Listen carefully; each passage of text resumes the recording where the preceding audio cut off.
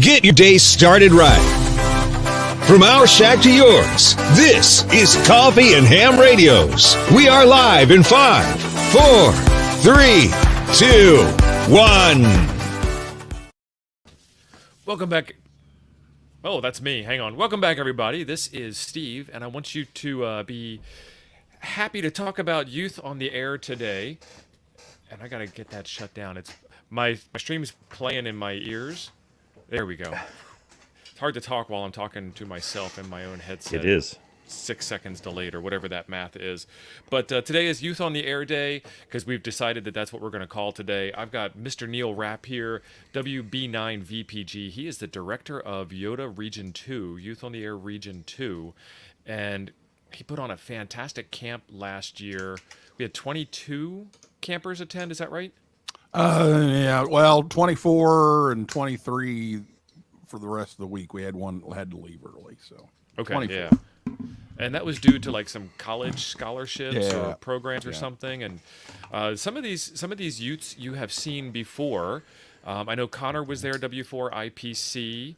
I'm trying to remember some of the names. Aubrey or Audrey?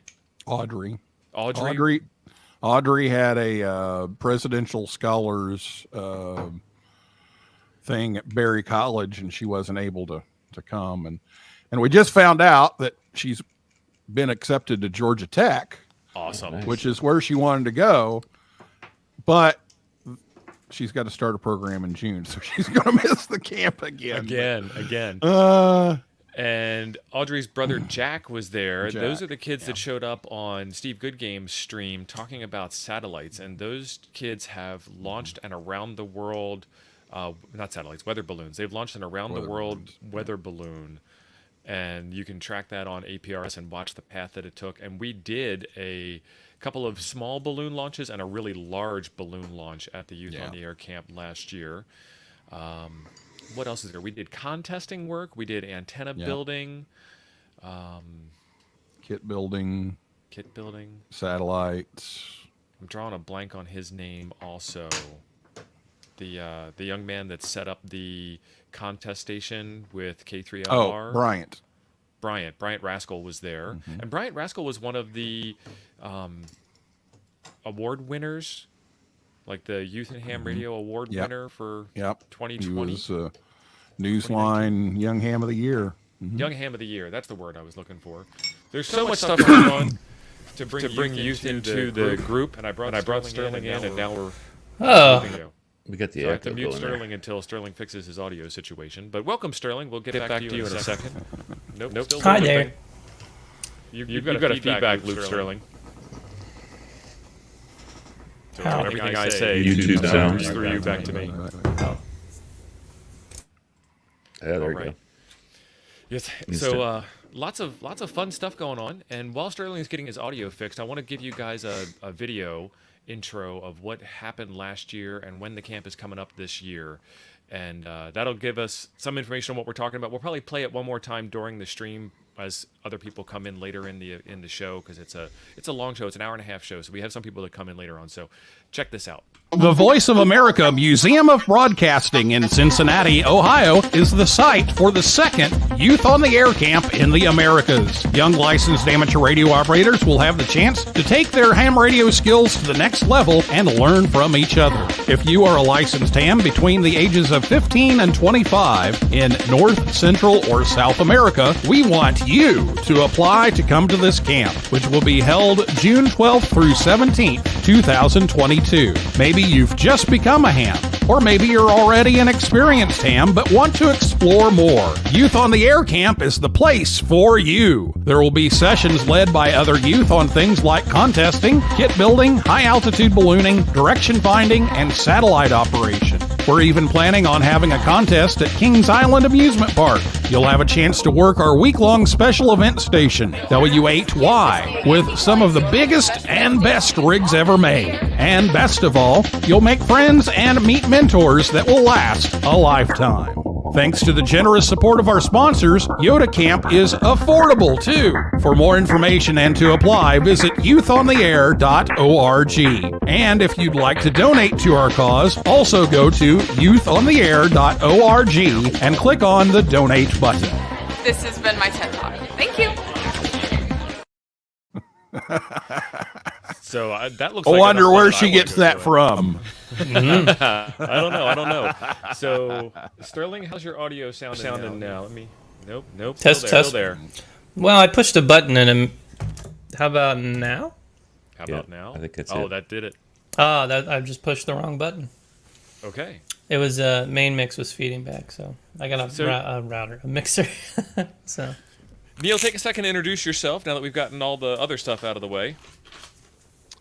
Yeah, so I'm Neil Rapp, WB9 VPG. Spent the first 50 years of my life in Indiana, but now on the Kentucky side of Cincinnati, and was high school chemistry teacher for 28 years and Ham Radio Club sponsor, and now teaching at Xavier University and at a couple of community colleges here in Kentucky, and just do all I can to promote ham radio because I got started when I was 5. So, Wow. You know, it's something that's near and dear to my heart. So when Sterling went to Austria and found out about all this and started talking about it, he and Sam, my 1 week moment, I said, well, what if I lead this? Little did you And know. here we dot, are. dot, dot. Yes. this is what happens.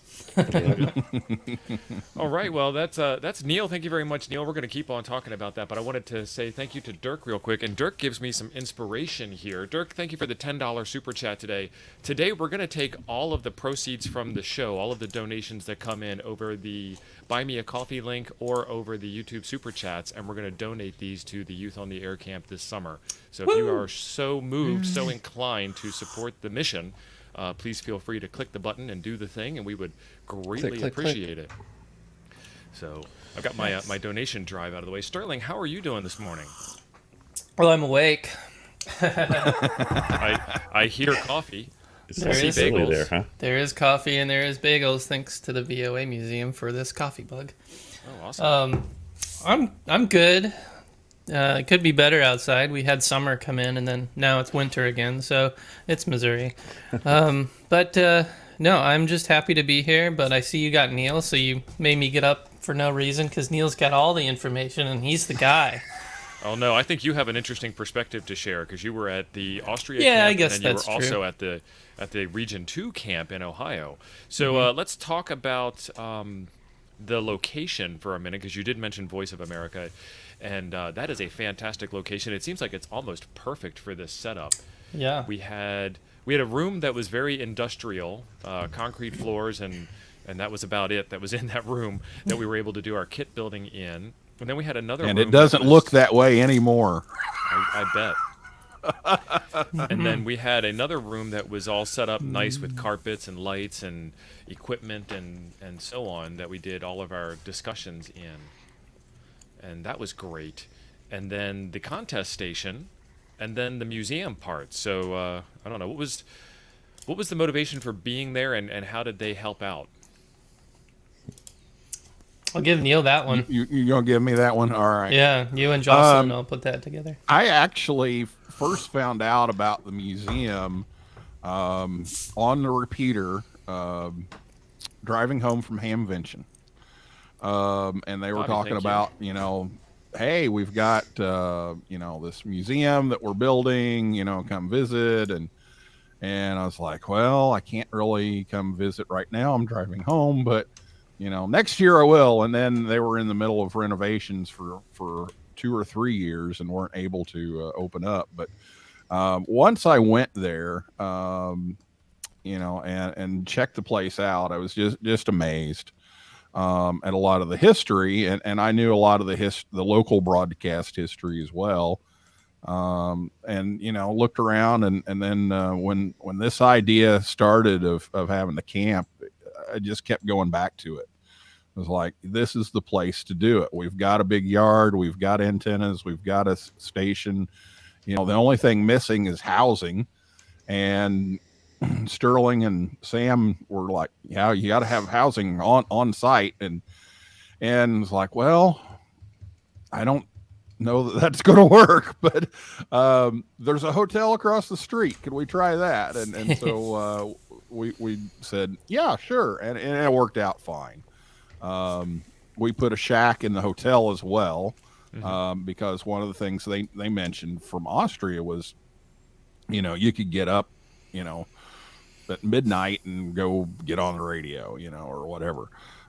So we wanted to provide that. So the hotel let us put some antennas up on the roof, and away we went. But yeah, it's a great facility. We're going back this year.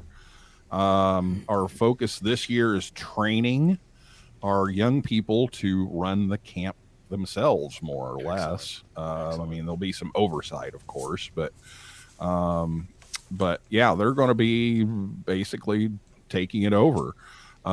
So we wanted to go back to a familiar place just to make it a little better for training.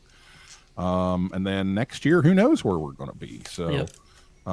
We hope to come back to the museum every few years, but it was just a great place to go. And like I said a minute ago, that room doesn't look anything like that anymore. They're actually moving stuff right now into that room to be installed. They've set up basically a conference center in that whole area. So yeah, so now I don't know where we're going to solder, but We'll figure something out. But yeah, we'll have to put down drop cloths or something. I don't know. It wasn't that messy. Yeah, we'll figure it out. Well, no, it's all carpeted now. I was gonna say, did you find a lot of solder on the floor? No, actually, it didn't. Joe Eisenberg's little cookie tray idea took care of a lot of that. So Yeah, it was really clever. yeah. Do you Dollar have an cookie idea? sheets. I mean, I'm sure you do, but do you have an idea of what it costs to put a production like this together? Yeah, I do. So that way we know how much donations you're looking for and how much support we can give. Well, it last year came out to about $11.50 per camper, and we had 24 campers. And that's so our budget, 150 per camper. yeah, our budget last year was 70,000, with 35 of that being equipment. So as far as money we had to raise in our hands, it was 35,000, and we had some left. We were able to negotiate a lot of deals, and a lot of this and a lot of that, and make some smart choices, and so we were able to save some money. So we have a little bit of a reserve, and with the prices going up of everything else, we're probably going to need it. So we kept the budget at 35, just knowing that we have some left over from last year to carry over. So we're looking at $35,000, but that pays for everything except for the kids' transportation to and from Cincinnati. Once you get there, we take care of you the whole time until you leave. And then we have $100 fee. The $100 fee is more to take Skin in the game. responsibility. Yeah, some skin in the game. So we have a scholarship program available. If you can't afford the $100, we'll find a way. We just got to make sure people are going to show up if we spend all this money and make all these plans. We don't want any of these spots to go to waste. So Yeah, Right. we call it. that's the whole idea of the $100. Yeah. Yeah, it's more or less a deposit. Yeah, and so when he mentioned $1,100 per camper, the camper themselves only has to raise that $100, and then there's a little bit of a scholarship there to help out some people. And I think that's a good idea, because what'll happen is, as this gets more and more popular, it will become harder and harder to get people to come in. And so that also makes it, again, some skin in the game to make sure that you're interested and so on. So Tim mentioned he's got 7 years before his oldest is of age. So is that 7 years, Tim, before your oldest is now old enough to come to the program? I mean, I don't know how. I guess I'm asking how old is your kid? I took it that his kid was 6 years old or something. 6 years old. Okay. So as a 6-year-old, you probably want to set that hook now. Yeah. Okay. So Tim's saying she's 8. Okay. So you probably want to set that hook now. And I have a couple of ideas for getting that hook set, and I think I've done a okay job of implementing them on my own. I know there's always work out there to Chris. I don't know that I want to know about that, but my ideas are Parks on the Air is a fantastic way to get started, and bring your young ones with you, and just do your thing that you were going to do for Parks on the Air anyway. Bring a bicycle with you, bring some 2-meter handhelds or some GMRS or some walkie-talkies with you, and just get it in the air. Yeah, Josh Nass his last podcast yesterday talked about how we talk about ham radio, and he had normalizing ham radio is a big thing in order to get it not only to everyone's eyes but to youth in general. Like, one of the biggest challenges when it comes to actually even finding campers, but in general, trying to get youth into ham radio on a large basis is where are the youth? Well, they're at school, they're on Discord, they're on the internet and other places. And they're just, people, they're all over the place, just like any other person. And so there are strategic ways to get into that. So you have people like Good Game. We all know Steve Good Game, working with the education. Neil Rapp, a teacher as well, bringing ham radio into the classroom. And then you also need to think about what's outside of the classroom, because getting into the classroom is super hard for for a layperson, for a non-teacher, for a non-faculty, for non-staff, because it's almost like there are firewalls between you and schools, and that's obviously been in place for security and safety and all that stuff. If you know people in the community and you're good friends, that's one way to get in. If you know principals and things like that, or teachers, then you can have some influence. And a lot of times we get teachers come into the ham radio club meetings, and we give them a whole bunch of information on how to bring ham radio into the science topics and curriculum, or even geography or whatever. So, and Neil probably talked to that quite a bit. But the other aspect is how do we get our names and faces out to everyone, all the young people? Well, they're on the internet. Think of Discord, think of YouTube, think of Twitter. Probably not so much Twitter, not so much Facebook, but whatever's happened. TikTok, for example, whatever's happening now is where the young people are at. And if you expose the excitement of amateur radio to that platform, then you're going to bring in a lot of young people, just by default. And it's not you're basically putting the watering bowl out for the horses to come and drink. And the problem is we don't do that enough in our hobby, in our society of hams. We're pretty insular. We put our watering hole for other hams to come and drink from, but it's really hard for people outside to go what is that? Is that CB radio? Oh, I can use my cell phone and yada yada. And it's not back in the day we used to be the kids will love digital modes, so I'm going to put them on digital modes, and that may be true, but that's just a little tiny aspect of the entire box of ham radio, and that's what YOTA Camp is so great. We do workshops for every aspect you can imagine that we have time for. It's only a week long, so every day is sort of a topic, and some days you have multiple ones. You can think of the traditionals: contesting, satellite, amateur radio direction finding, kit building, working digital radios, digital modes, etc., building antennas, and also workshops to actually learn that we've seen things before. We have special guests come in and do some workshops too. So and then we go outside of the box and try to integrate ham radio into real life. That's where Kings Island comes in. We had everyone bring their ham radios to Kings Island, the amusement park, like Cedar Point, not Cedar Point, but kind of like Six Flags or whatever. And there's this huge Eiffel Tower right in the middle of the park, and you can go up.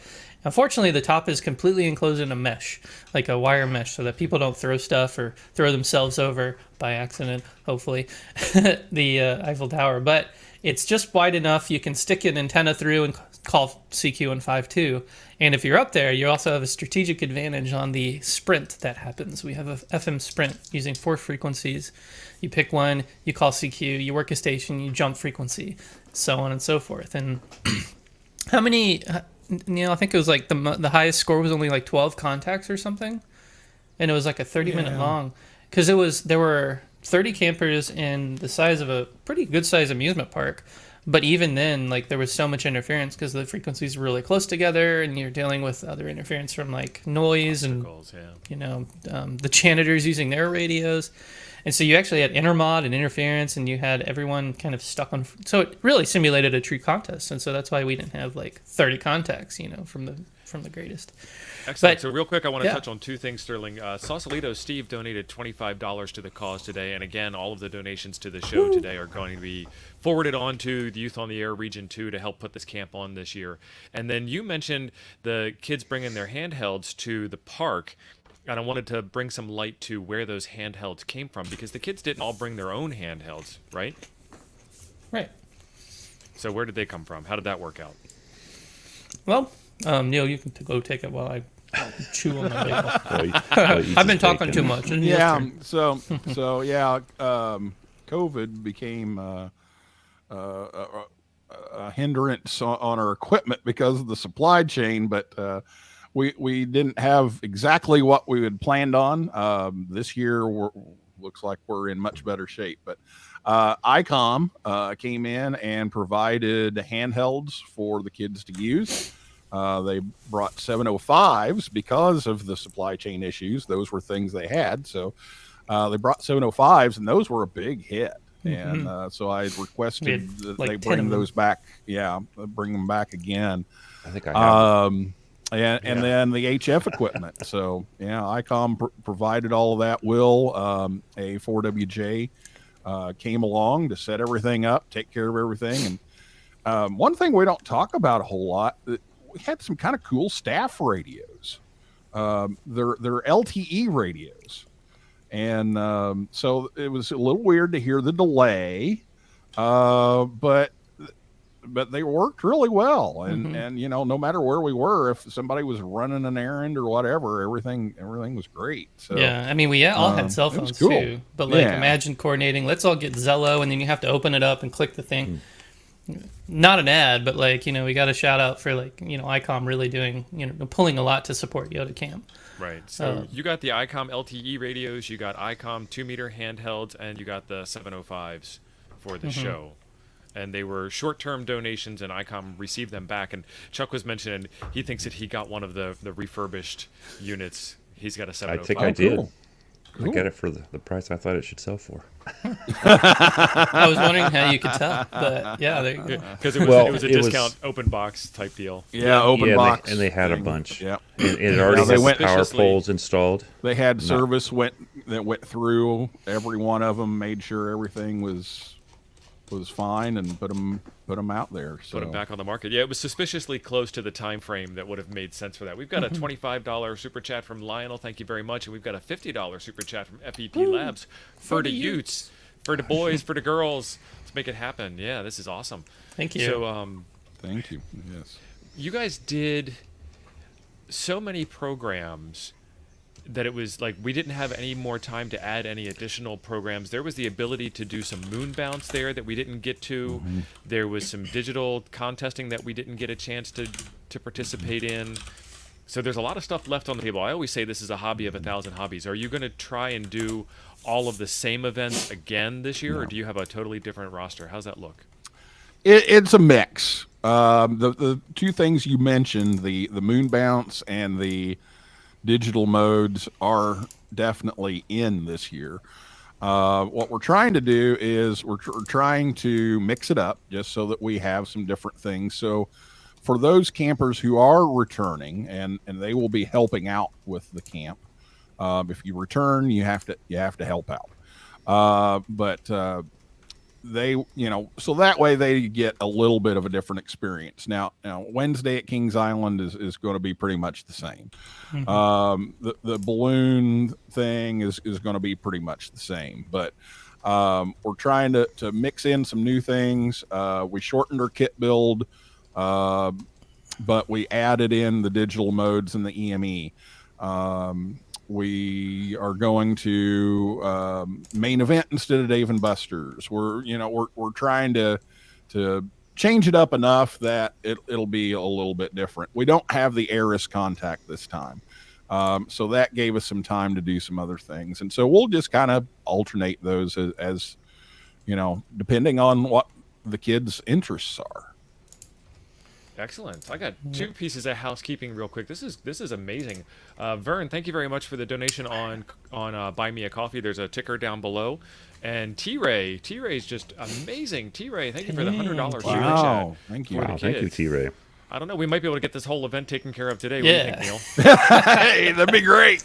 Yeah, you just no more paid for a fundraising. whole. We got like 1, 2, 3 campers paid for, scholarship wise, or for the $100 deposit. So that's one of the things we've been trying to do is we want to have a relationship generated with as many radio clubs, organizations, and everything, so that we can not only get campers and participants, but also so that this camp can be sustainable through a bidding process, almost like the Olympics or WRTC, World Radio Sport Team Championship.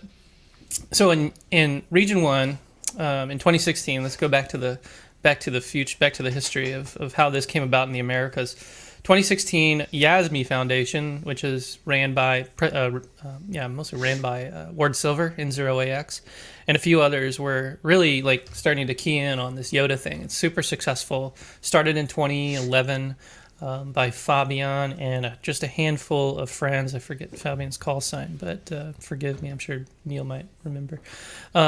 Just a bunch of friends getting together to play ham radio, and they're all young, under the age of 30, 25 or so. And they went out for a camp. They, found a place, and it was just, I think, just really small, maybe a couple people, 15, 12, at a, small venue, and only for a weekend or so. But they came up with some ideas and started doing things like sprints and contesting and building stuff. That just blew up. In 2016, I think that was their largest. They had 110 campers, give or take, at a youth lodge in Wagrain, Austria. Just a beautiful place nestled in the foothills of the Alps. So there were castles, there was an ice cave, there was a soda summit, and then the venue itself was really great. It's a youth hotel, and so it was just perfect for there was a cafeteria, there was meeting rooms, there was dorms, there was a lot of places to just chill. There was a huge station. Thanks to Delta Papa 6 Tango, they drove down their military mast, a 30 meter tall, so almost, I think it was 70 feet, 30 meters, 70 feet. I think I got the conversion wrong, but it was real tall. I have some pictures. But they had a big log periodic and a couple dipoles. They had 3 or 4 stations on the air for the special event. And man, the people who were working that were they were all-star contesters, and they were all, younger than me. I was 26 at the time. I think Sam Rose, KC2LRC, was a partner in crime. He was a little older than me. And so we saw some serious success. And our mission to go there by YASME was to bring back information. How did this come to be? What are the things we want to have in a camp? And because YOTA is a worldwide kind of initiative, it's kind of under the guise of the IRU regions. So in Region 1, the IRU actually supports them as a working group. And here, we're not quite there yet. In Region 3, it's not quite there yet. But you have YOTA contingents all brewing up. And so this is the first time we brought it to the Americas. That's Region 2. That's everything from Canada all the way down to Chile, Chile. So we're really trying to advocate for international support. We have a few international guests coming. And, of course, it's in America, so we'll have a lot more U.S. attendees. But I think we got Canada. Where else, Neil? Cuba and El Salvador. El Salvador. So just because this is Region 2, it's not limited to people from Region 2. Anybody from any region can attend, right? They can. So right now, I think we're pushing or preferencing that we have Region 2 people coming, especially if they're international from, South America, Canada, Latin America, Caribbean. But another big challenge is trying to find the youth in those countries when you have a language barrier, a huge language difference between the North and South Americas. and then also just the wide swings in socioeconomic status. And a lot of those young people don't even have internet. They're not on their phones like American youth are, but some are, but they're in kind of the Spanish realm. So if you don't speak Spanish, like, you don't really interface or see where they're at. So we're trying to like make relationships with all these organizations, like I said, from with the member societies. So, for example, Mexico has FMRE, which is like their equivalent to the ARRL. In Brazil, it's Labre. There's a couple others like Radio de Panama, Panama Radio Club, and that are the member society, aka the large national organization that covers amateur radio for that country. Trying to get that relationship established is pretty hard, but a lot of those guys will speak English, and there's a lot of support from IRAU Region 2. So we steal their Zoom account and do a meeting every couple weeks. But keeping up the momentum is like, it's like comes in waves. And at one point we had like 50 people from all over Region 2 come in. And then sometimes it's just 4 people, on a Zoom chat talking about like, how do we run YOTA? What can we do for youth? How do we get more the penultimate question of like, how do we get more youth into ham radio? We try to answer that question with things like run a camp. So it kind of segues into the sub-regional camp kind of idea. Go ahead. So you can tell that Sterling's really excited about this. We're going to give Sterling a chance to take a breath. And Neil, you mentioned that you got your license when you were 5. Is that correct? Yes, that's correct. So what set the hook for you? What got the bug going? What got you excited about it? Well, my dad went into vocational electronics. He took a vocational electronics class in high school, got into it, and the teacher was a ham. And so he introduced ham radio to them and gave them a chance to try it. And he never did follow through with it. He never did, he was interested in it, but just never did get licensed. And so, years later, one of the doctors at the hospital that he worked at, where he was repairing all the electronics, gave him this box of stuff, and there was a code oscillator in the box. And so he got it out, and it started making noise. And I'm 5 years old, so I'm like, it makes noise. And so he starts telling me about it and starts to get interested in it, and decides to take a class at the local community college on ham radio. And so he said, can I bring my son? I know that it's limited to age 13 and up, but can I bring my son along? He'll be quiet. He won't cause any trouble.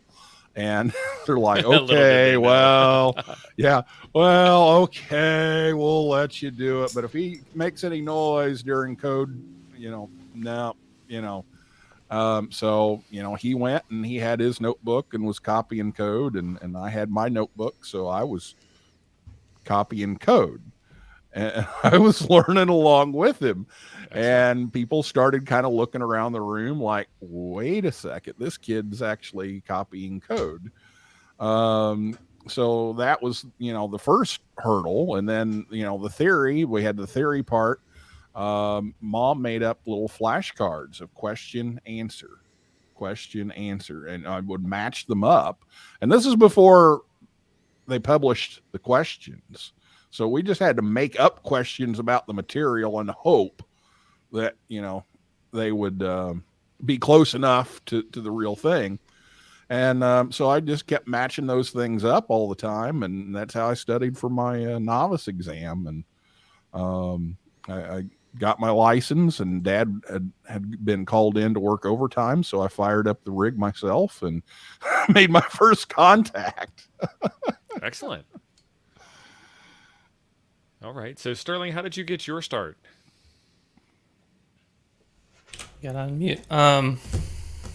Well, how did I get my start? There's a lot of like things I did as a young person that, made my parents realize that I had the knack, the idea that I tear everything apart to figure out how it works and then don't put it back together because, I figured out how it works. Why would I need that thing anymore? Yeah. I mean, it goes back to like my parents just getting me like walkie-talkie, like toy walkie-talkies. And I think I was 5 or 6 years old, and I learned that if you tear it apart, you take the rubber like coating off the antenna and you stretch that spring out, it goes a lot farther. And so I would go down to like the end of the road, the end of the street, down to like, 5 blocks away to see if I could still talk to my dad or my sister. I almost got on their nerves because, like, at some point in my, toddler 5-year-old life, I was like, I wouldn't talk to anybody unless it was on the radio because I was just so intrigued at the magic. Even though I knew about phones, I talked to my grandma on the phone all the time. This was different because it was like, not on the phone. I know there's like a wire that goes out. That's boring. But in the air, wow. I don't know. and the neck just kind of held. I got FRS radios, when we were camping once, and that's the first time I heard other people, and I was like talking to them. When I was 13, my grandpa, I was digging around through my grandpa's like cabinets, and I found a CB radio. When I asked him about it, he's like, "Yeah, sure, take it home." So the drive home, 6-hour drive, like I'm listening to truckers, and at some point my dad almost threw the radio out the car because truckers, have very salty language. But it was like, oh, this is cool. He didn't throw it out the car. I took it home. I ended up making my first antenna out of like coat hanger wire and duct tape. And I didn't know about conduct. Like, I didn't know you actually had to connect the metal to the metal. So I didn't scrub off the plastic coating, the coat hangers. And I just kind of J-hooked them together and put tape around it, put it up in a tree because I had dial-up internet. So that's like the only thing I saw on Google, like how to antenna CB. And, the first Google hit was just like, wire this long. And I was like, that's it, I'm going and doing it. And, kind of learned the hard way that was a pretty poor antenna, but made a better antenna out of it after all. And at high school, I found out about ham radio through a friend in marching band or in school band, like when I was 14 and 15. And that's when I got a tech manual. I learned my mom had pretty much at the same time, my mom had a police scanner and it had a button called ham. And I was like, that's weird. What is ham? And I clicked it and I found a repeater that's like a couple miles away with the radio club. So at that point, I got into ham radio, and it was pretty much, Bob's your uncle from there. I've been doing crazy amounts of like efforts to try to give back because, it basically set my career path, because before I was like, I want to be a truck driver or a psychologist or a doctor. But then I got into ham radio, and everyone's like, what do you, I hear conversations, what'd you do, retired guy on the radio? Oh, I was an electrical engineer. And so I was like, oh, all these people are electrical engineers, wonder what that is. And so I went to college and learned that ham radio's extra course gives you basically all of the expertise you need up until like circuits 2 and even some of circuits 3, like way up in your, junior, almost senior levels of class. Electromagnetics, got that easy. Because I was learning trig and the phasor relationship of angles, and I was learning like lag versus lead, and Eli the Iceman in high school, trying to ask my trig teacher like how to do like conversions between rectangular and polar coordinates, and he was like, I don't know, here's a book. And people in college were struggling with that while I was just like, I was tutoring, so, and that led me into the career and so on and so forth. So now giving back, trying to get more youth involved to get more engineers into the field, because I see, in electrical engineering, everyone's retiring out. I work at a big aerospace defense company, and, that requires a crap load of electrical engineers, and everyone there is pretty old. And so at some point, with brain drain happening, all these younger people are going to big tech and, getting free coffee and all that stuff. But the defense industries are stuck in the mud, not giving free coffee. And you're in a, room that looks like it was straight out of a 1984 like novel or something. There's a lot of things to do to get the next generation into those careers. So this was just one way I'm trying to give back. Plus, ham radio is just a lot of fun. So yeah. So you mentioned two things that piqued my interest as as a dad. Like, how do you? And we ask this question all the time. How do you get the youth interested? And I think that there's a definite like career path, but I personally didn't follow that career path, so I don't know what it is, so I don't know how to speak to that. And you just spoke quite a bit to that. As you were working through your ham tests, it got you a lot of the foundational knowledge that actually got you into almost second year college, it sounded like. Yeah. It just coasted you through. And then because you were young enough to absorb that knowledge easily, it sounded like college was not that hard for you. Right. And to be fair, like I was still really bad at math. Like I hated math. But somehow I'm an electrical engineer. I use my fingers to count. Like that's how bad I am at math. I don't do mental math. But that didn't stop me. Here. So I got my start doing computer programming, and I thought it was fun just to make stuff move on the computer. It almost the exact same story, just substitute computer programming for it. And because I did it when I was younger, like pre-high school, high school era, when I got into college, I kind of sat in the back of the classroom and read magazines and goofed off. And then the teacher's like, Mr. McGreen, do you know what the answer to this question is? I'm like, can you repeat the question? Because I wasn't paying attention. He'd ask the question, and I just answer it right on top of my head. And it's not that I'm a genius or anything. I'm not at all. It's that I had that exposure pre-college, and college wound up being ridiculously easy as a result of that. Because like, write a computer program to handle sorting out random strings of characters in a file. Well, I already did that. Here's the one I did when I was 13. I read this in the back of a magazine. I understood it. I converted it from assembly language over to BASIC, and here we are. And that was really it kind of made things easier and parlayed into the career that I have now, which is server maintenance, and I've done some Department of Defense work, and I've done banking and all kinds of other stuff in my career. So I asked Neil how he got his start. I asked Sterling how he got his start. My start in amateur radio was the license plates on the back of the cars. I didn't realize that call signs had a specific format to them, but I could always recognize the amateur radio license plates. You know how we've got like 2x3 or 2x2 or 1x2 or 2x1 calls in the US here. It didn't matter what the letters were. It didn't matter whether it was a 1x2 or a 2x2 or a 2x3 or a 1x3.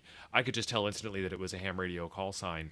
And that's where my interest came in. And then a friend of mine got onto Wi-Fi, and he's like, yeah, I'm just close enough to steal my neighbor's Wi-Fi signal. Hang on a second. And he reached into his closet and got out a coat hanger like Sterling's talking about, and made himself a higher gain antenna and was on his neighbor's Wi-Fi for free. And I'm like, you can do stuff like that? That doesn't make any sense. And so I started studying and playing around with it, and here I am today. So that was my start. Chuck, your turn. My turn. Yeah, your turn. Well, how'd you get started? I watched this video of like a 10 or 12-year-old guy telling how to do audio on his ham radio stuff. Oh, that was Sterling. I didn't realize I had watched Sterling. I met Sterling on a camp out with HRCC. We did the Mount Pacifico, and I didn't realize at the time I already knew who he was. Until I got back, I was like, I know that guy from somewhere. But no, in high school, I got into, my dad was into CB and didn't know a whole lot about it. We didn't really know anybody else that was really into it. But I kind of got into it. I had a CB in my car and on my truck later on. And when the bands, and I was always like, I'm not going to do ham radio, But when the bands kind of like just went away CB was, I was talking all over the world with, a stock CB into Australia and all that stuff with some decent antennas. I got into antennas, it was my thing. And I finally just decided to take my test, and I talked my neighbor into it, and we both studied and went down and took the test. And then history was made, So is Here this I neighbor am. still your neighbor today? He is not. He actually moved. He got married, moved, and that didn't go well, but he's how up they in get he's up in Sacramento, so not too far away. He's up when I visit my daughter. I go over and see him sometimes too, and we get together for lunch. I babysit the grandkids, and then I need a break, so we go have a beer and a hamburger. Excellent. Do you guys still talk over ham radio today? He he's just, with everything that's going on in his life right now, he just doesn't have time for it. But he talks on the comes and phone all goes. day too. Yeah. So eventually, I gave him my my 6-meter Moxon, and he's supposed to put that. Get the Moxon. He's supposed to put it up on his house and see if we can. Today's that's a secret band weapon. I think that him and I can talk probably a lot of times. Because we're within 100 miles of each other, and I know. In Moxon, or my 6-meter antenna will help him out. So he has 2, I'll have 5. So just stuff like that. He gets excited about it. He's more like Sterling than me as far as what he does. He does the same thing. He did the same stuff you guys did. He was like hacking into people's just for fun stuff, I go, what's that? Yeah, Linux? And he goes, I don't really want to tell you what that is. You were talking about the hacking the Wi-Fi. For me, it was hacking the drive-up windows, listening in to the drive-up windows. Taco Yes. Bell. Yeah. You Yeah. pull up to McDonald's, Taco Bell, whatever, and you can hear everybody's order.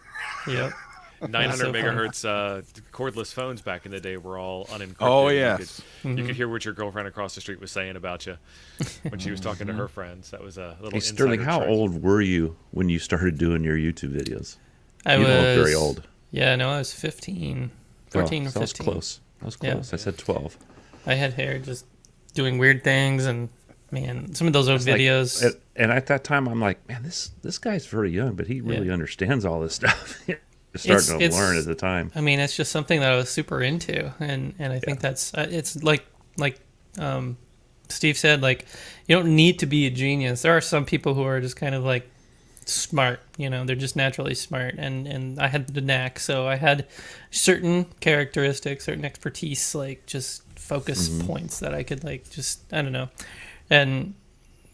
But when you do like nothing but that, like I played video games too, but when ham radio came around, it was like, Mom, give me a $900 radio, not a $900 PlayStation or computer. Right. It's like, right, because that's like, I started doing that like full time after I got out of school, stopped playing. I was playing like golf. I was in marching band. I even tried to play football, but I wasn't I wasn't cut out for football.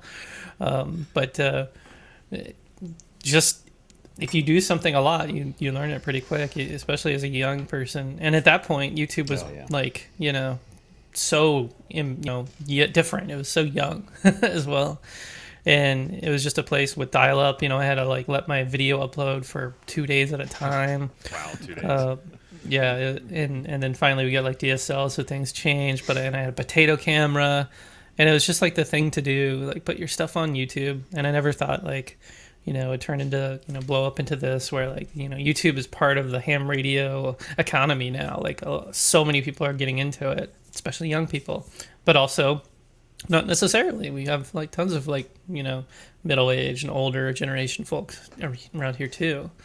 So that's a whole nother thing of Youth on the Air. It's not just about like your 7-year-olds, your 8-year-olds, your 9-year-olds that I think most people are like think about when they say Kids Day. Let's get my 8-year-old on the air. Well, what about those 15s, 16s, and what about those 20s and 30s and 40s? Like the people who are, settled down in a career or family, and it's like, now they're starting to pick up more hobbies or something because they're bored with like, life. So there's things to do in all aspects to try to get more people into ham radio in general. And everything that we do today is surrounded by radio. There's almost nothing in your life that you can do that doesn't have 1 or 2 or 3 radios. Your cell phone has got at least 3 radios, 4 radios in it. Your Bluetooth, your Wi-Fi, your 5G radio, NFC, all kinds of stuff is involved in just having that. And people carry it around every day and just take it for granted. And if you would like to have a high-paying job for your kids to take care of you in your retirement, then definitely get them hooked on this. I want to remind everybody that today's donations to the show are going straight over to Youth on the Air Region 2. And then, Neil, you've got some slides that you want to share. Yeah, I do. Let me switch over here. So I just pulled out a few pictures from our Google album here.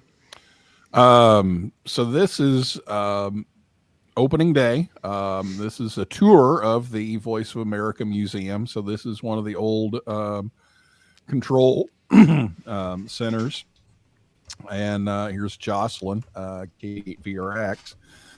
And he was president of the club at the time and still very active with that club at the museum, explaining what's going on. So you see there's some visitors there with the name tags from our group, but there are also other visitors that are touring the museum. But all of our kids have their goodie bags and they're getting ready to go. But the first place to stop was the museum. So then as we had our opening ceremony, this is the room with all the carpet and everything that Steve was talking about.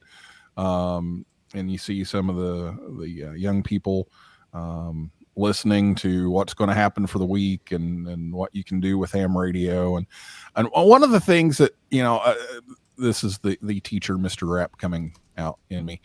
What we've been talking about the last 5 minutes or so, there's an overarching theme here, and it's get youth on the air, get them involved. Don't throw the license manual at them very first thing. Exactly. Amen. That's a big thing. And the more we get that message out, the better. Giving kids another test to take is probably not the best way to do it. Not saying it doesn't work. It's probably not the best way to do it. So we started the evening off with actually a maker activity that I learned about in a professional development for my teaching. And it was build a tower out of index cards, but on the cards, you have to write something that's in common with everybody in your group. So it wasn't just about building, it was about getting to know other people, and it went really well. It was a very good activity, and I think we'll do something similar again this year, but they're building their tower here, and they got creative. They started bending the cards and tearing the cards in certain places, and it was I think 15 minutes you had to build this thing, but you also got to know each other. So here's the first full day. We're out taking our pictures. So this is the group that we had, and you see Sterling right there. But we had some great volunteers that helped pull this off, and we had some great staff that made it all happen. This was one of my favorite moments. Yeah, this is one of my favorite moments. This is an eyeball sprint. So one of the contesting activities was to go around and log everybody. Now, instead of putting everybody on the radio, you just walk up to somebody and say, N0SSC, this is WB9VPG, 3 Alpha Indiana, or whatever, whatever our exchange was, which we had, I forget, our favorite sports team or some, I forget. But anyway, they would walk around and get these contacts to practice logging, practice phonetics, practice all the noise. And you see Will here making all kinds of noise. We had pileups that were piped in over the PA system, so there were pileups in the background running. Will at one time was in the back of the room banging on the pans from dinner. I was going around yelling, "Oh!" all the time, and to make QRM, because you got to fight through the QRM. So the second round, we didn't do very this loud in in the that first room. round, but the second, yeah, it was very, very loud in that room. The second round for that added the QRM. Here's someone you may know, Steve. We're outside. We're out in the front yard and getting ready to launch that big weather balloon. We're going to do that again this year, as well as some of the mid-altitude balloons. We're actually going to launch one from a balloon group in northern Illinois. They are designing their own trackers because of the chip shortage. They're using stuff that they have available and trying to make a new one. So we're going to launch one of their balloons as well. So here you see it taking off, and it went up to about 100,000 feet and Nice. And then came back. And cool story. Where it landed was in the middle of a field, which is exactly what we want. But the field was owned by some guys who had worked for Google Loon, which was Google's balloon internet project. Nice. And they decided they'd had enough. They decided they were going to have a farm, and they grow stuff, and they make maple syrup. I've got a bottle of it downstairs. I still haven't tried it. I need to try it, but they brought me back one of those. So they knock on the door. They're like, we were wondering if we had permission to go out into the field and retrieve this balloon. And their first question was, what frequency did you use? And it's like, you know that, you know, to ask that. And so they had a really good time. They went out there with them and went out and retrieved the payload and everything. So it went well. Now, Sterling was just talking about this. This is Jack. He's got his radio with him at Kings Island. And there's a little telescope there that he's got his hand on. But, you know, he was talking about everything was screened in. Well, here it is. But they were up there on top of this Eiffel Tower model and up there making contacts on the radio. There you can that would see be the pretty whole neat tower. to be up there and during a lightning strike. They probably won't let you go up, but it's as long as you're not touching the metal Yeah, bars, we you're should have. perfectly You're in a safe Faraday inside that cage. cage. Yeah. It would be awesome to watch. So the cage is right around here. They don't let you go up quite all the way, but right up in that area. So it was still, I think it's 250 feet, something like that. So that was kind of cool. So here's a picture of everybody right before we are ready to leave. We did some satellite stuff. We borrowed a lot of aero antennas, and most of the staff members brought theirs. Just a pile of like good 15 enough. of them just Yeah. in the corner of the room. Yeah, and Ruth and her mom put them all together and had them ready to go, and taught everybody about satellite operation and made some good passes. And then they did it again on Friday. Whenever the passes came over, they just grabbed their stuff and go.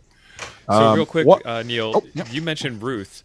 How many of the programs that were put on at last year's camp were put on by youth attending the camp? I think it was all but one, two. Yeah, ARDF, and then Yeah, there was a workshop ARDF. by Will himself. Yeah. So yeah, Everything so that's else it. is- Everything else was youth led. It was like 89%, I think, is what I figured. Our goal was 50, and we hit 89. So, you know, I get Neil just Yeah. froze We up lost for me. Well, anyway, yeah, when he comes back, Yep. that's kind of the goal, right? And this year we're trying to even increase that. So, but we still got like special guests and that sort of thing. So, for example, the ARDF was WA6EZV Bob something, and let me look at the old camp schedule. And and he's an expert in the field. And Will Jourdain, WW4 or AA4WJ, he's the ICOM rep. So he was doing the D-Star. And then I guess you could say that Sam ran the kit build. And technically he's my age, like 30s, but it's still pretty youth, right? But everything else is totally youth led. So it's 18 to 25 is the age range. Is that right, or do I have that wrong? 15 to 25, 15. plus or 15 to minus. 25. We so if you're outside of that age range by a couple years, we'll put you on like a wait list or like deprioritize. And if there's opening, like for example, I think was it Grace Lee from the famous Lee family came in, and she was 14, and then she's also been to the South African YOTA camper in Region 1. So, Faith Hannah was in that camp as a 14 or 15-year-old. I always forget, but we'll make leeways. And then if you're older, like 26, 30, then you could probably be a volunteer more than a camper. But I mean, even as a volunteer, you learn a lot because you're There there. is some maturity differences, which explains the age range, and it's not a negative thing, it's not a positive thing, it's just an is thing. Like the 12-year-old range is a totally different mindset, maturity level, etc., than the 15 to 18-year-old range. And if you intermingle those two groups, the dynamic changes. If you keep the group centered around 12-year-olds, there's a really awesome 12-year-old dynamic there. And if you center the age around 17, there's a really awesome dynamic there between those two different maturity levels. But when you combine them, something happens where the younger kids don't want to participate as much as the older kids do. The older kids get into kind of a clique situation and do their own thing. And instead of becoming this one unified event, it becomes two separate things that don't work out as well. Are there any plans to do a younger version of this in the future? There's not concrete plans, but there's definitely like some words put to. Now we just need somebody to take action, like Neil took for YOTA region or the YOTA camp here. Right. The idea for that is to get some common age groups like 7, 8, 9, 9, 10, 11, 12, and do weekend camps. And I think Steve, you might have had some ideas on that too.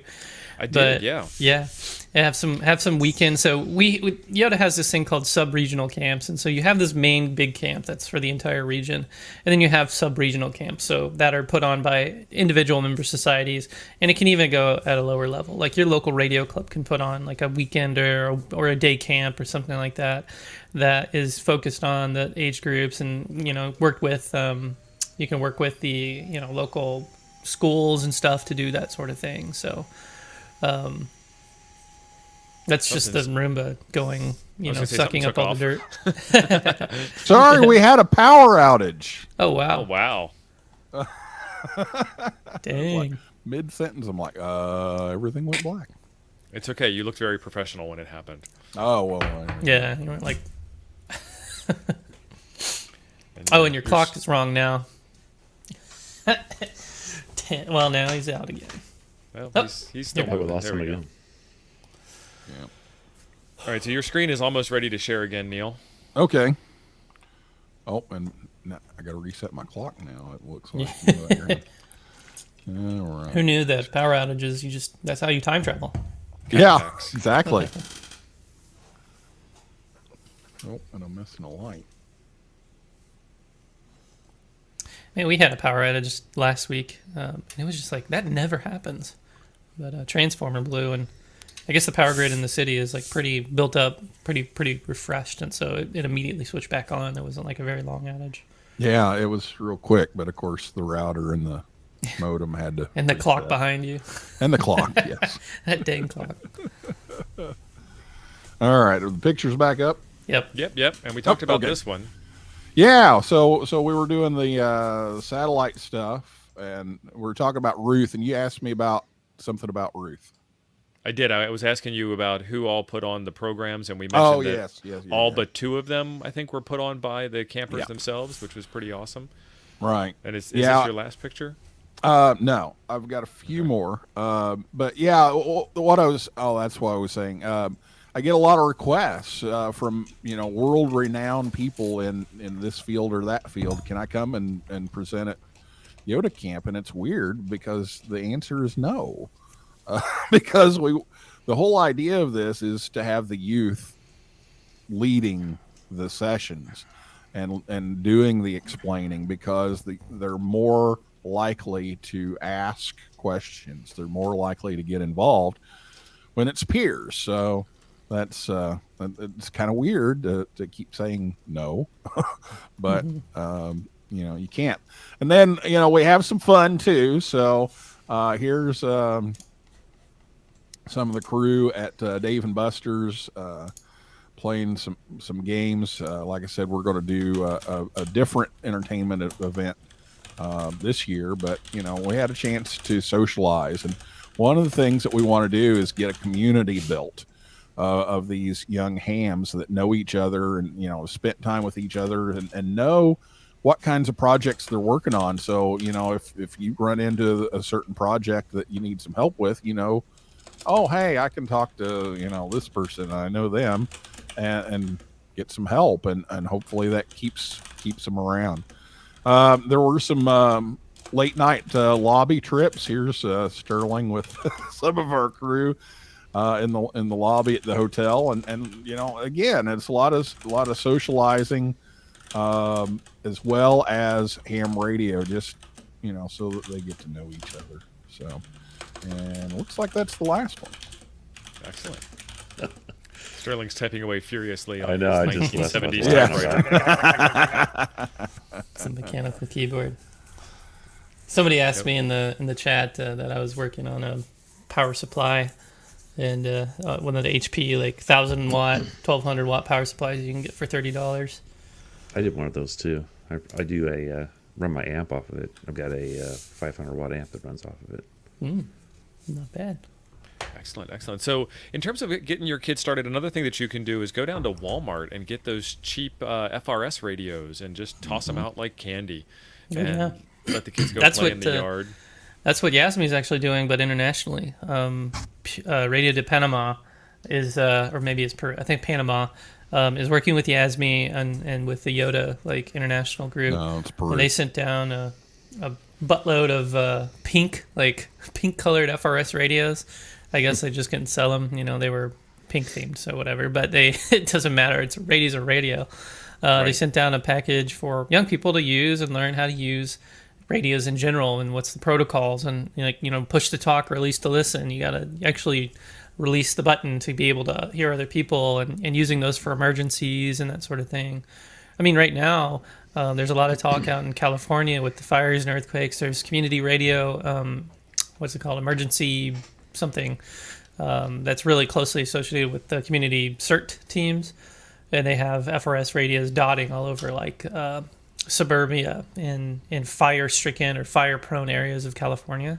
But when there's not a fire or an earthquake, you're still hearing kids using these radios and abusing them sometimes, if you could say. But they're actually engaging with their neighbors, that they normally wouldn't, because nowadays I hardly even know my neighbors. They hardly know me. It's weird, right? Because back in the day, you knew everyone on the block, but it's kind of coming back in those areas because of the FRS radios. They're somebody gets on the radio and they just hear nothing but kids, ages 7 to 14, blabbing on all day and using it for game communication. You have Discord, but why not just use a radio, for that local, connection. And it actually keeps up how to actually use them, keeps up training. And then they have actual formal, training events where they coordinate between GMRS, FRS users, ham users, and that sort of thing. So normalizing radio in general is a great way. That was one of the things I did in high school, teaching high school was, the kids who were licensed used their HTs, but the ones that weren't licensed, give them an FRS radio. And we learned how to do all that NTS traffic handling stuff, how to pass a message. Mm-hmm. And so I planted different messages with different teachers throughout the school that were going to be staying after school. And so they had to go find the message and then call the message in on the radio. And the FRS radio made it to where, okay, we can do this without having them licensed yet, because it is kind of it's a license to learn, and they're not always going to be licensed yet, and some of them never were, but they still learned a lot about ham radio. And as somebody said along the way, I need to remember who it was, but said, even if they don't get into ham radio, those might be the people who are sitting on your HOA board at some point. Yeah.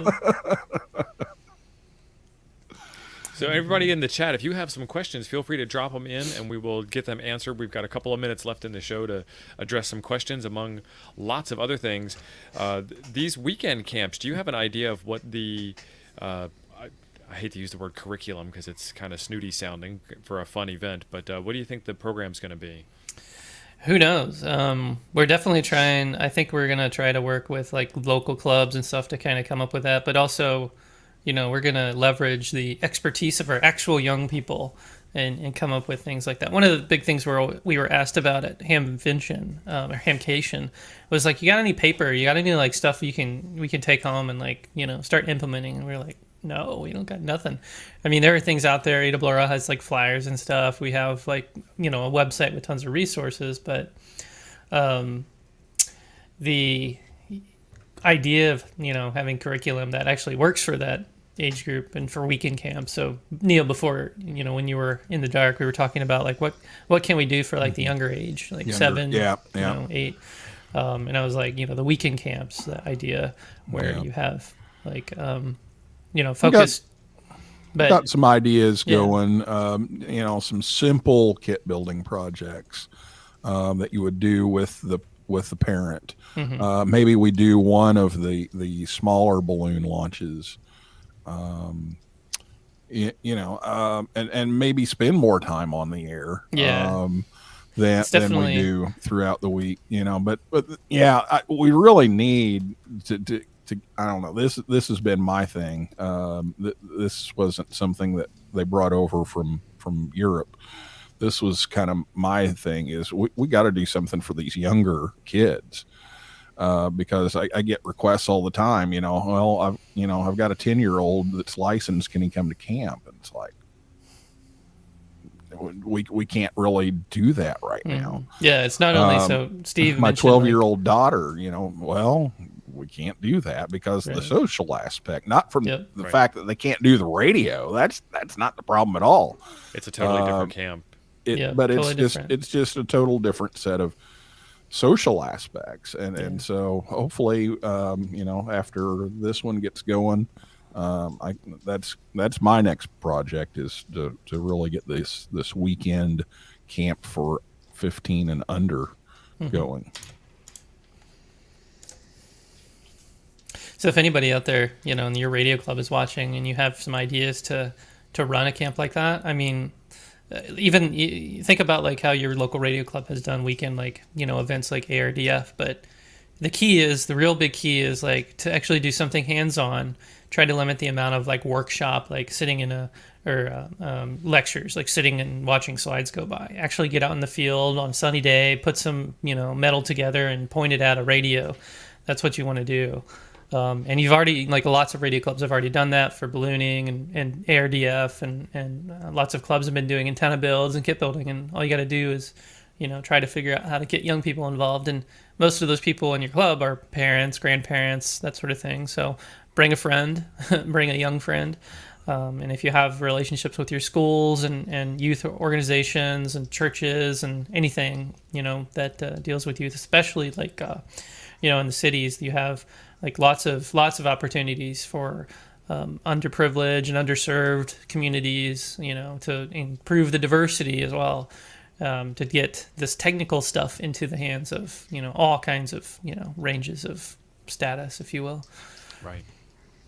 I think one of the big things that any of us can do is to, like you were mentioning about what Josh said earlier, is make this stuff more a part of your daily life. Take your 2-meter radio, your handy-talkie with you wherever you go.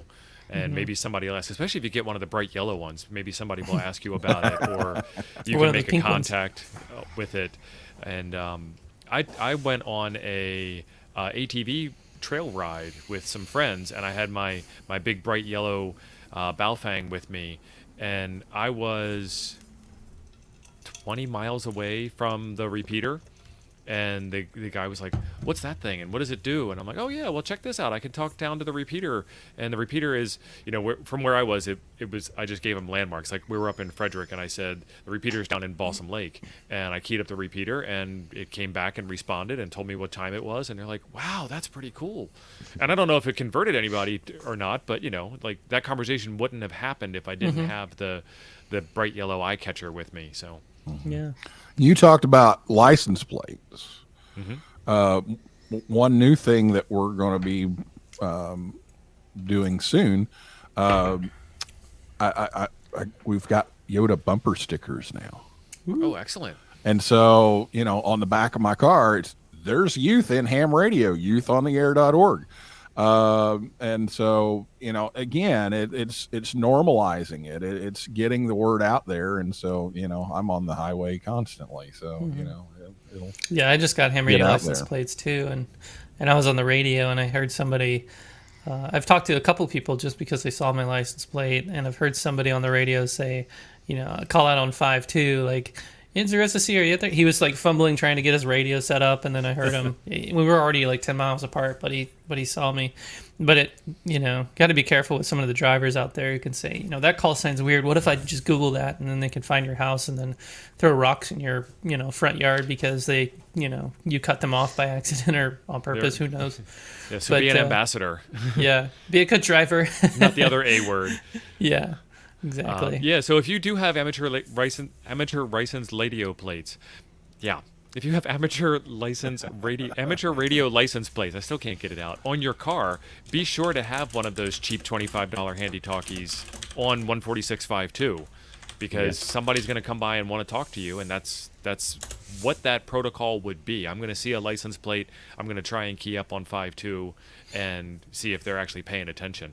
And nobody taught me that when I got my ham radio license, and it's a lot easier to talk on 5.2 than it is to try and program in a repeater into an archaic front panel interface as you're driving, which would be highly distracted driving.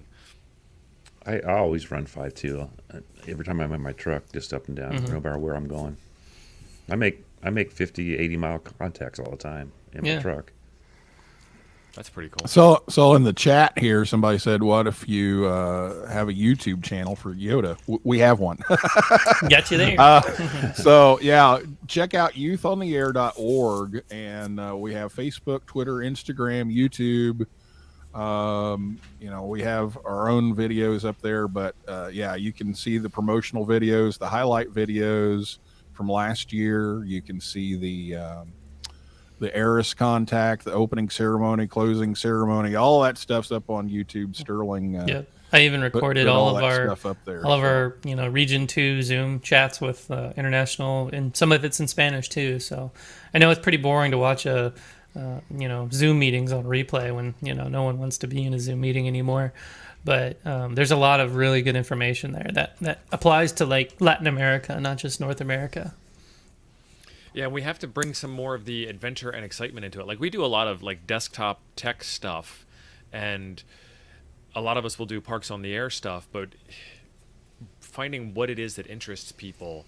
I mean, definitely there are people that are interested in desktop tech stuff, and there are people that are interested in Parks on the Air stuff. But one of the things that got me excited was I can take my gear with me when I go camping, and I can brew a pot of coffee on Saturday morning, sitting out in front of my tent or my small camper, and get my HF rig on the air and talk around the world while I'm enjoying breakfast. And I've been thinking about bringing my radio to the dog park. So Barquet is this huge dog park, that's starting up. Like you could think of it as top golf for dogs. I don't know, man. People with dogs, they say you're hurting my dog. With those maybe that's true, but I mean they have some picnic tables where the umbrella goes. I could just stick a 30-foot pole and a wire and just call CQ and CW, and people would be like, "What's going on with that?" And it's like, I'm just ham radio, no biggie. And it's like, well, you're hurting my dog. He's barking. That means your RF is attacking. Right. Like, sorry. Exactly. Yeah, whatever. All right, so Skeeter, thank you very much for supporting the Youth on the Air group by the Buy Me a Coffee donation. There is a ticker down the bottom that gives you a link on how to do that. If you are so moved to help support the cause, we really appreciate it. We've raised a bit of money today, and I'm really appreciative to everybody that has supported everything. Yeah. And Chuck, you still have one of those binding posts? Binding posts? You'll have that binding post there? Hold that up for a second. Yeah, so we got to buy those for camp. I just got a package. Somebody bought a package on our Amazon charity page, but we need 30 styles. Of those things. There's two styles. So yes, and which we got style do you need? we got the other one. I've got one of those. The female. This one will fit right onto our radio. Yeah, but there's two styles. So make sure you tell them that you want the other style. Right. Yeah.